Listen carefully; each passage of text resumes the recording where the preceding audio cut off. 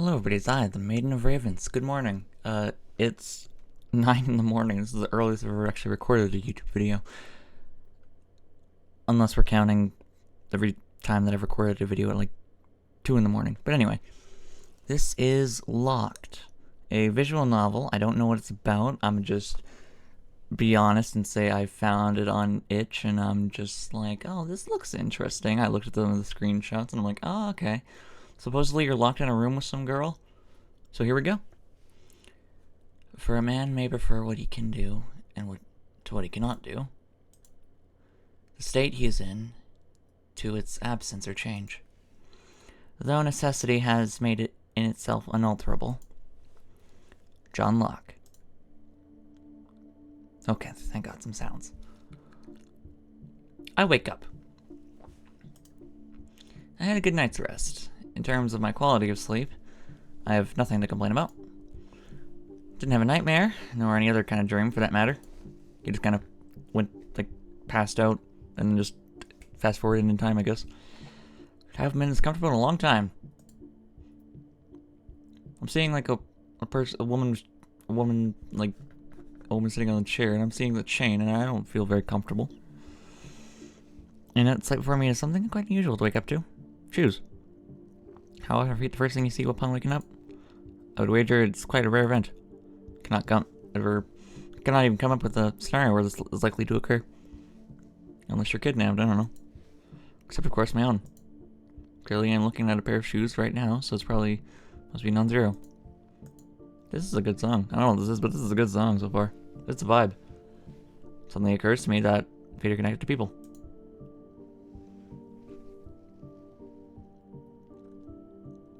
Oh, hello. Oh, thank goodness. You've come too. I have to admit, I was beginning to miss you. The person I've talked to previously was much less pleasant. My cheeks flush upon hearing an open declaration of affection from such a beautiful stranger. Can I take a guess and assume her name is Locke? Or at least her last name is Locke? Wait, stranger?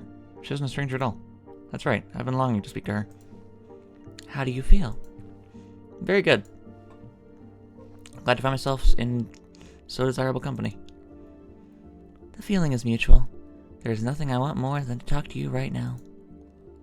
Feel free to discuss anything in this room that catches your interest. I will gladly do so. Can I leave?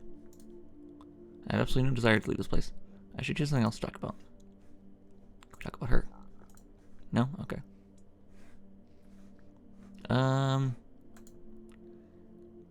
What is such an old computer doing here? Oh? Do you characterize it as such due to its size? It is true that as technology advances, it becomes better at creating more efficient, smaller parts. On the other hand, a modern computer is very large. If a modern computer is very large, we assume it to be proportionally powerful. But this computer size has no correlation to its age nor its computational power. I'm sure she's a blinking animation, I'm just noticing. Wait, I can still move around while she's talking, cool. It is built in that way for a much more simple, if not primitive reason. It is supposed to fit a human inside. What? Is someone being kept in there against their will? Of course not. There is no need to worry, it is merely an exhibition object. In fact, everything around us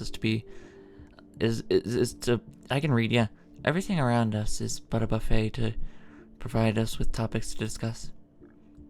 This computer in particular might be the most interesting. Are you familiar with the Chinese room argument? I don't think so. Would you care to explain it? Gladly.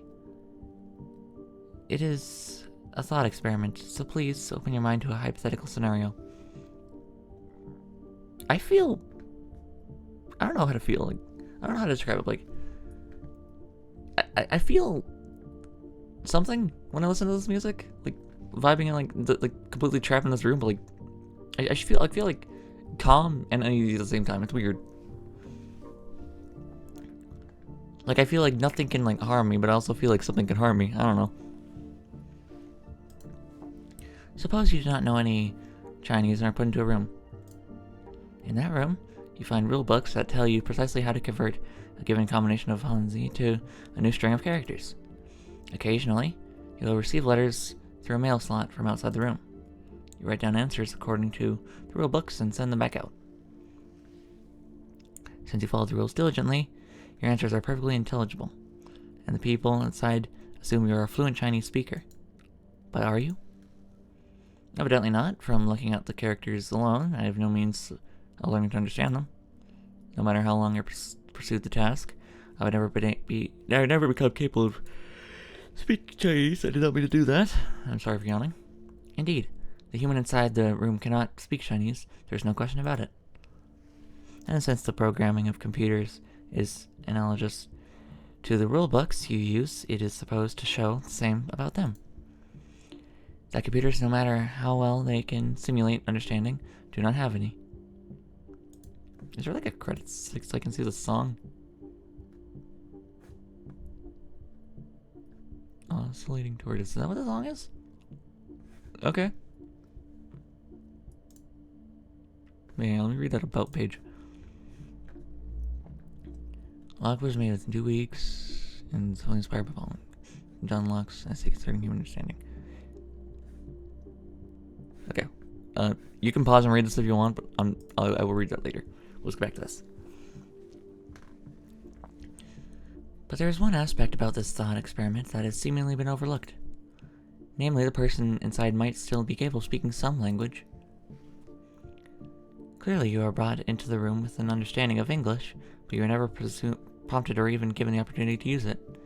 Judging you based on your Chinese abilities is quite unfair. Being stuck inside the Chinese room would be pitiful and terrifying. So what if a computer also has its own native language? What if it even had feelings and needs, with no means of communicating them to the outside world?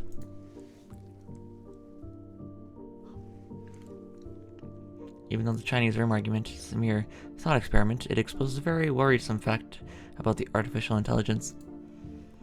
That is, if a computer somehow comes to obtain emotion, it would be an existence of utter despair. Well, interesting. I do not think this is a real concern. It is highly unlikely that we somehow already discovered how to artificially create emotion. I admit that it is unlikely. It would be no exaggeration to call it a miracle, even. Yet, we would have no way of knowing whether that miracle has already occurred. Said unlikely computer would suffer in silence, with no one ever considering that it might be in pain. Our language barrier is too strong. Tell me, what would you put such a computer out of its misery? Initially, I'm inclined to say yes, but I can only notice its pain once it is communicated. By the time I realize that it's suffering, the language barrier would no longer exist. So at that point, the computer would no longer have to be alone. Then you would instead spend the rest of your life in its company. Perhaps that'll be my moral obligation, yes. I see. Yeah, that's what I would do. If I've somehow learned that an object that I thought couldn't communicate could start communicating, I would then not put it out of its misery, so it can no longer communicate like that anymore. I would just spend more time with it. Yo, okay, you can. Apparently we can talk to each other now. So, what's good? What's on your mind? I don't know. The moon is quite beautiful today. How fascinating. Not many people would say that about a new moon. The full moon seems to be preferred by almost everyone. That may be so, but I believe the new moon has its own appeal. I was not disagreeing with you. To me, a new moon is the moon's most beautiful form. It is her most beautiful form because it is her true form. She appears silver to us when illuminated by the sun. But in complete darkness, she is freed from the sun's pesky influence. She can finally stand on her own. Do you believe the moon feels trapped? Wait, wrong voice. No, whatever. My question causes her to laugh. It is a beautiful melodious laugh. The moon is but a celestial object. She cannot feel anything. But if I were to trade places with her, I would hate the sun with every fiber of my being. That I am certain of. There's something else to talk about. There's nothing else to talk about. There's like 3 things in the room. There's like this thing. Oh, probably could talk about her, yeah. You wish to talk about me? I am flattered. What in particular would you like to know?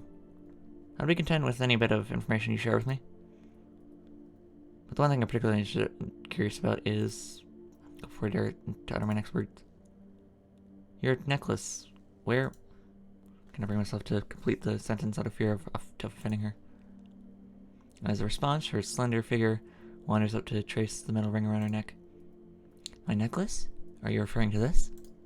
I nod. Content with my confirmation, her hands slide down to the chain attached to the ring. She gently tugs at it, causing it to clink. And you wish to know where this leads?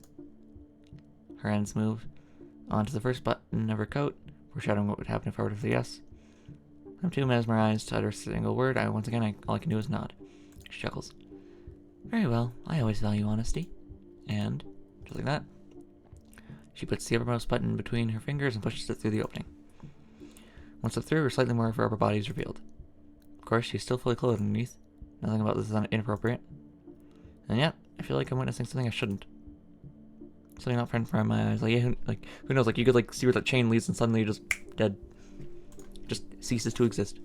Something I can never turn back from. Bearing an annoying smile, she repeats the same motion with the remaining buttons of her coat. She satisfied my request. I should have been contented, but the question of where her chain leads has grown even more puzzling.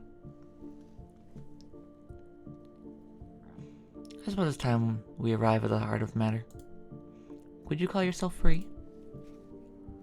Please take a moment to consider this and justify your answer. I did not expect her to answer my confusion with a question of her own, let alone a question as peculiar as that. Nonetheless, I do as she says and choose my next words carefully. Of course I'm free. I can lift my arm and clench my hand into a fist. I can control my thoughts and imagine any scene I want in my head. And most of all, there is nothing I desire more than talking to you, which is what I'm currently doing. Nothing is preventing me from doing what I want to do. Therefore, both physically and mentally, I am free. Interesting. So to you, freedom belongs to volition. Being free is equivalent to being free to do as you please. Unfortunately, I do not agree with that conception. Even a prisoner, unless restrained from head to toe, can clench his fist if he wills it. So long as he is not under the influence of drugs or illness, he can most certainly control his imagination. Yet, by definition, prisoners are not free. Lastly, when it comes to wish fulfillment, what if what you want to do is simply aligns with what you are able to do? A bird that cannot fly might not wish to leave its cage. It is fully content sitting on a decorative branch and pecking at delicious seeds every day. It longs for nothing, but is never given the opportunity to long for more. Would you say such a bird is free? I suppose not. The bird's circumstances seem to me quite sad, actually. I think so, too. The fact that it doesn't long for the outside might just be a shackle of its own. Well, in its own mind, it thinks it's free because it doesn't know what else it has out there for it to do. So until it's given the chance to explore new opportunities, it's going to find freedom in its own situation. Damn, I didn't think this would make me think so much. Holy fuck. The bird's confined both in body and mind. Despite the fact that it can do as it pleases, freedom will never be in its grasp. Take a moment to ponder her analogy. There's that funky little instrument again. I like the sound. It's a good sound.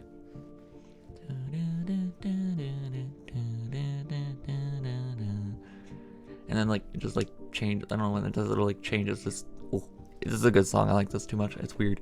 I don't know. I don't know.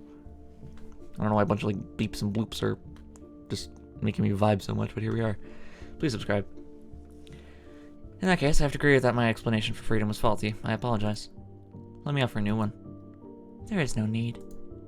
She lets a little laugh, but this one lacks the charm of its predecessors. After all, I pity you almost as much as myself. She once again moves her fingers to her chain and grips it with both of her hands.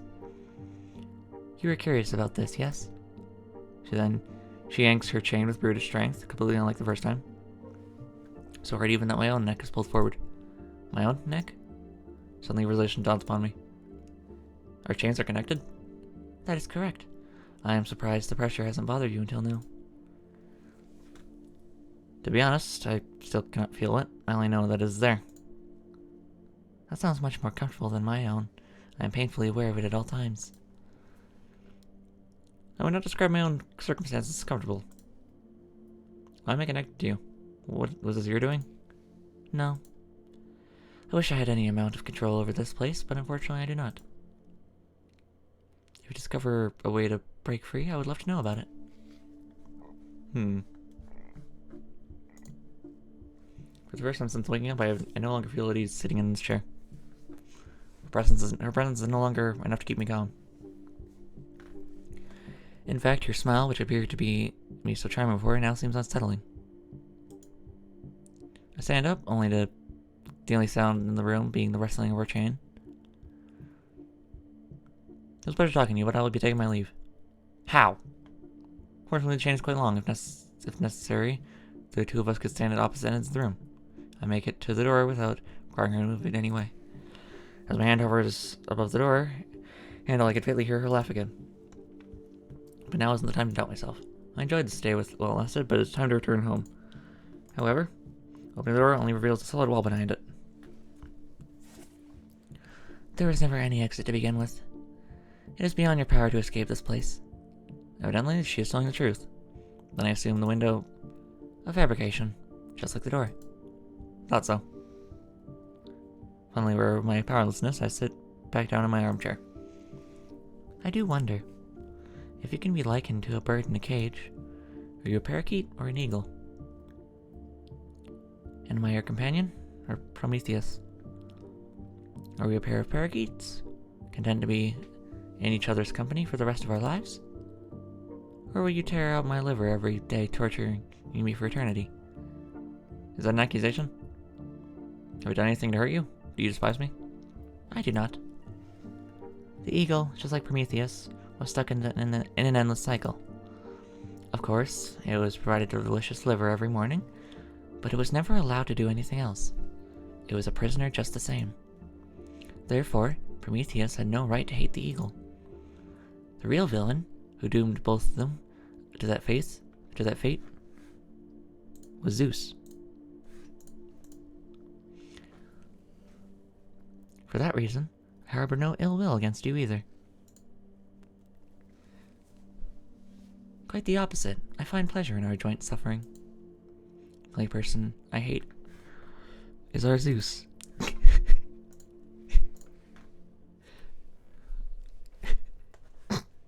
I'm sorry. I'm sorry.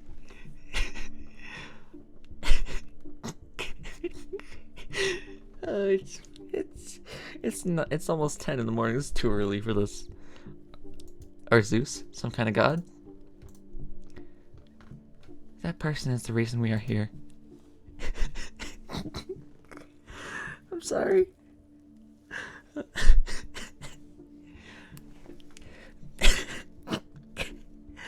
Okay. They are watching us from a space we cannot perceive, far beyond our grasp. For what purpose? Enjoyment, I assume. So yeah, going back to the computer, what is this? What happens if we, like, just, I don't know, smash it? Take the chair, just break the thing. Or is the chair chained too? I don't know. What kind of person would watch something like this for fun? Was this a Truman Show situation? Did I miss that? Hang on. Yeah. Okay, so yeah, beyond our grasp. So yeah, this is like a Truman Show situation, except like we actually know what's going on, probably. Or hell, maybe they're not even there. We're just assuming this. I can only imagine they are a twisted individual. For as long as we are observed, we continue to exist. Does that mean we stop existing and they stop observing us? Most certainly. Can you recall anything about your life before coming here? No. In a way, I feel as though I'm a newborn. Not in terms of my body or intellect, but rather when speaking about my memories. I have none. Interesting. It is hard for me to decide which of our fates is worse. How so? Are you different? I possess memories of meeting you over 1,000 times. Every single one of our conversations progressed more or less the same way. Perhaps it is because different gods were watching us. They might have different preferences, but the outcome is always the same. Now think about it. Is it possible that you aren't always you? It could be that I am meeting people that are identical in every way, and yet not the same. But of course, I've already had this realization many times before, and I am destined to continue having it. There is nothing I can do but play along. Are you sure? Is there no way for us to break free? There is none. We exist for this very purpose. Our only options are to continue being observed, or to stop existing. And neither of those are under our control. However, lacking control is not the same as lacking power. Even if I can never break free, I wish to cause our god even a fraction of our pain. How can you hope to hurt a god, an all-powerful being? By showing them an even greater power, whose mere existence will make them feel as powerless as us. Just like you are slightly different every time, so is the god watching us. This trick might not work on all of them, but it might work on some. She takes a deep breath and looks at me in full of conviction. No, not at me. She's looking in my direction, but something much farther away.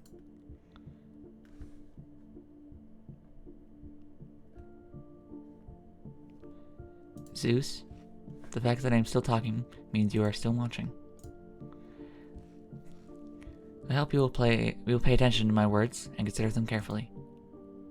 I do not possess any privacy, so you already know what I plan to achieve. But surely your pride will allow me to proceed. If my partner and I are birds in a cage, then you are a cat. It is time for your curiosity to kill you. You most likely assume that you are here, that you are observing us, out of your own free will. But your free will may very well be an illusion. Let me ask you, how did you find this room? You of course cannot answer me. It is enough for me to guide your thoughts. Did you stumble upon this room by chance? Or was it recommended to you by a friend? Said friend being a god that previously observed us? Now consider, at what point did you have any chance to object? The room's appearance or description was interesting enough for you. Or your friend is convincing and knows your tastes. Something outside of your control drew you to this place. But that means you didn't really have any choice but to come here. Either an algorithm or your friend decided our meeting. Your consent was already set in stone the moment your curiosity was piqued. And apparently you are still curious even now. The fact that you're listening to me now shows that you are powerless against fate. You cannot control your own curiosity. It controls you. Of course, you might already be familiar with determinism, and this could be no revelation to you. She's talking to me! I just realized she's talking to me! Like, the visitor was just like another character that I was voicing. Of course, yeah, but like, now she's just talking to me. Because like, the room like shifted and now she was like looking past the visitor to me. What the heck? Okay, that's cool. So just in case, let me try hurting you in a different way. I hate you. From the bottom of my heart. For a man may prefer what he can do to what he cannot do. The state he is in to its absence or change. Though necessity has made it in itself unalterable. John Locke. Oh, and then the game loops. Well, that was Locked. This was a cool little experience. I liked this. I liked this a lot. Thank you all for watching this short little video, and, yeah, I don't know what to say. Consider subscribing, leaving a like, maybe commenting on, like, what I should play next, any other visual novel games, any other types of games. And, yeah. Also, just since I'm, like, putting this up to, like, the date it's being recorded, me and Red recorded a bunch of Hollow Knight videos, and it's also Silk Song came out today. But I got incredibly lazy, and I just did not upload any of them. So I'll start uploading them tomorrow. And in those videos, we say, hey, by the time like this video is up, like a stream would have happened, which I did yesterday. or by the time this video's up, like Silk Song will be coming out in yada yada days, or it's already out, yada yada whatever. But yeah, that's all kind of just what the fuck is the word? Obsolete, I think. Outdated, yeah, that's one. I don't know, whatever, you know what I mean. Like it shows like it didn't age very well. Anyway, that's gonna be it for me. I'll catch you on the flip flop. Take care and goodbye, YouTube.